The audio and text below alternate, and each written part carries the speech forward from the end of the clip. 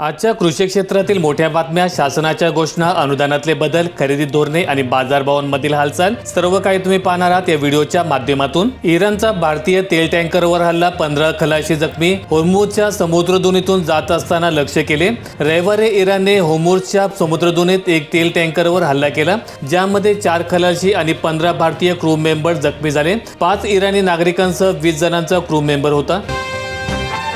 भाजपला 10 पेक्षा जास्त जागा मिळाल्यास राजकारण सोडेन, केजरीवाल यांची ग्वाही। न्यायालयाच्या निर्णयावरून हल्लाबोल। कथित मद्य धोरण प्रकरणात न्यायालयाकडून दिलासा मिळाल्यानंतर आम आदमी पक्षाचे संयोजक आणि दिल्लीचे माजी मुख्यमंत्री अरविंद केजरीवाल यांनी भारतीय जनता पक्षावर जोरदार टीका केली। आजच दिल्लीमध्ये निवडणुका घ्या, भाजपला 10 पेक्षा जास्त जागा मिळाल्या तर मी राजकारण सोडेल। पुणे जिल्हा शिक्षण मंडळाच्या अध्यक्षपदी सुनित्रा पवार यांची निवड। 85 वर्षांच्या कारकिर्दीमध्ये संस्थेला पहिल्या महिला अध्यक्ष। संस्थेच्या मुख्य कार्यालयात झालेल्या विशेष सर्वसाधारण सभेमध्ये सुनित्रा पवार यांच्या नावावर शिक्कामोर्तब झालं।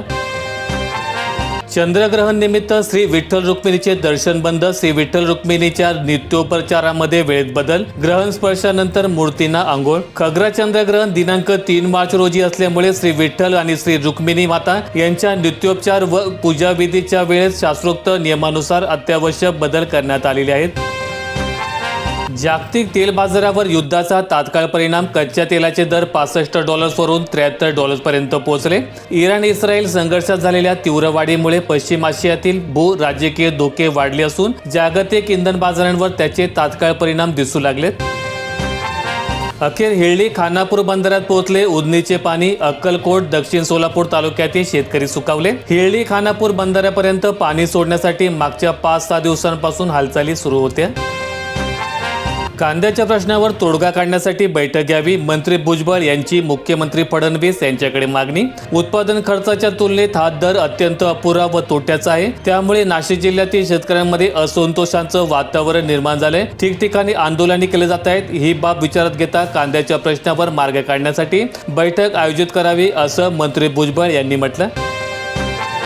पुणे जिल्ह्यात मार्चच्या सुरुवातीलाच विहिरींनी तळ गाठला। पिण्याच्या पाण्यासह फळबागाही धोक्यात। इंदापूर तालुक्यातील निमगाव केतके परिसरात पाणी टंचाईचे सावट। विहिरी आणि बोरवेलच्या पाणी पातळीत लक्षणीय घट झाल्यामुळे शेतीबरोबरच पिण्याच्या पाण्याचा प्रश्नही ऐरणीवर।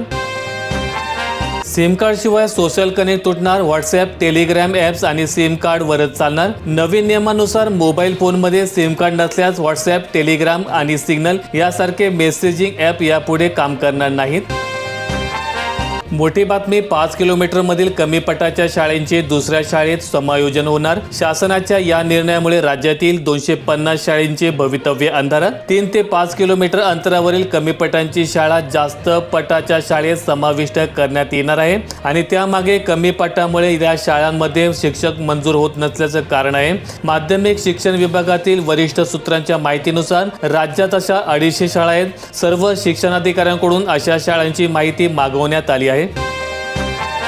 लातूर जिल्ह्यातील 690 गायराने अतिक्रमणाच्या विळख्यात। सर्वाधिक अतिक्रमण औसा, शिरूर, अनंतपाळ आणि निलंगा तालुक्यामध्ये। काही गावांना गायरान क्षेत्रच उरलं नसल्याची बाब समोर येते। अतिक्रमण करणाऱ्यांना अभय देण्याचा प्रकार ग्रामपंचायतीनेच केला, त्यामुळे काळ सोकावला। मार्च हिटने महाराष्ट्र होरपळणार, हवामान खात्याचा अंदाज। काही जिल्ह्यांना धोक्याचा इशारा। जिल्हा परिषद निवडणुका वर्षभर लांबणीवर। आरक्षणावर सर्वोच्च न्यायालयात 21 जुलैपासून सुनावणी। राज्यात 50% मर्यादा ओलांडलेल्या 19 जिल्हा परिषद आणि त्या अंतर्गत येणाऱ्या पंचायत समितींच्या निवडणुका पुढील आदेश होईपर्यंत जाहीर करू नये, असे आदेश सर्वोच्च न्यायालयाने दिले आणि या याचिकेवर पुढील सुनावणी 21 जुलै रोजी होईल।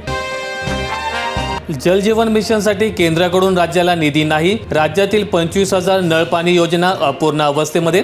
राज्यात राबवल्या जाणाऱ्या जल जीवन मिशन योजनेअंतर्गत राज्यात एकूण 51,560 पाणी पुरवठा योजना आहेत, त्यापैकी 25,000 योजना अपूर्ण अवस्थेत आहेत। केंद्राकडून निधी न आल्यामुळे अनेक गावे नळपाणी योजना आणि पाण्यापासून वंचित राहिली असल्याची कबुली राज्याच्या पाणी पुरवठा आणि स्वच्छता मंत्रालयाच्या वतीने विधानसभेत लेखी उत्तरामध्ये देण्यात आली। शेतात AI डेटा सुरक्षित राहणार का? विधानसभेतील चर्चेदरम्यान विरोधी पक्षाचा सवाल। शेतकऱ्यांची जमीन, उत्पादन आणि आर्थिक स्थितीचा डेटा मोठ्या खासगी कंपन्यांच्या हाती गेल्यास शेतकरी पुन्हा अवलंबून राहील, अशी शंका जयंत पाटील यांनी उपस्थित केली। यवतमाळ जिल्ह्यात 30,000 घरकुलासाठी 26 कोटी यशवंतराव चव्हाण मुक्त वसाहत तब्बल 3 वर्षांनंतर कार्योत्तर मंजुरी लाभार्थ्यांना मिळणार 269 चौरस फुटांचे घर। कापूस खरेदीची निम्मी मुदतवाढ सुट्टीतच जाणार, स्लॉट सुरू झाले। नोंदणीतील 8,000वर शेतकऱ्यांची खरेदी बाकी। सीसीआय कोडद्वारा आता कापसाचा ग्रेड कमी करण्याची शक्यता आहे। कापसाची प्रतवारी आणि झडती कमी असल्याचे कारण गतवर्षी सांगण्यात आले होते, यंदाही हाच कित्ता गिरवण्याची शक्यता वर्तवण्यात येते। अनुदानित खत शेतकऱ्यांऐवजी जाते थेट व्यापाऱ्यांच्या घशात। रासायनिक खतांच्या सोसायट्या कागदोपत्रीत, आणखीन 5 सोसायट्या स्थापनाच्या तयारी। आखाती युद्धामुळे भारतीय भाजीपाल्याची निर्यात ठप्प, हवाई मार्ग बंदमुळे तब्बल 2,000 कोटींच्या कृषी निर्यात संकटामध्ये। ही स्थिती कायम राहिल्यास पुढील महिन्यात आंबा निर्यातीवरही गंभीर परिणाम होण्याची शक्यता व्यक्त करण्यात येते। 7.5 HP पंपाच्या वीज बिल माफीबाबत संभ्रम। 7.5 HPच्या शेती पंपधारक शेतकऱ्यांना वीज बिल तातडीने भरण्याचे महावितरणकडून सांगितलं जाते, त्यामुळे शेतकऱ्यांमध्ये संभ्रमाचं वातावरण आहे। छतावरील सौर ऊर्जा प्रकल्पाच्या खर्चात बचत होणार, प्रति किलोवॅट 15,000चा फायदा होईल, वीज ग्राहकांचा फायदा। सध्या सौर ऊर्जा पुरवठादार आकारत असलेल्या 60,000 रुपये या दराच्या तुलनेत नवीन दर 15,000 रुपये कमी असल्यामुळे योजनेच्या 5 लाख छोट्या ग्राहकांना याची खूप मोठी बचत होणार आहे। BSc आणि BComचे अभ्यासक्रमही लवकरच मराठी। डॉक्टर शैलेंद्र देवळानकर यांची विश्व मराठी संमेलनात ग्वाही। उच्च शिक्षणावरील आधारित असलेले काही अभ्यासक्रम मराठीत सुरू केले असून BSc आणि BComचे सर्व अभ्यासक्रमही लवकरच मराठी भाषेत लागू केले जातील।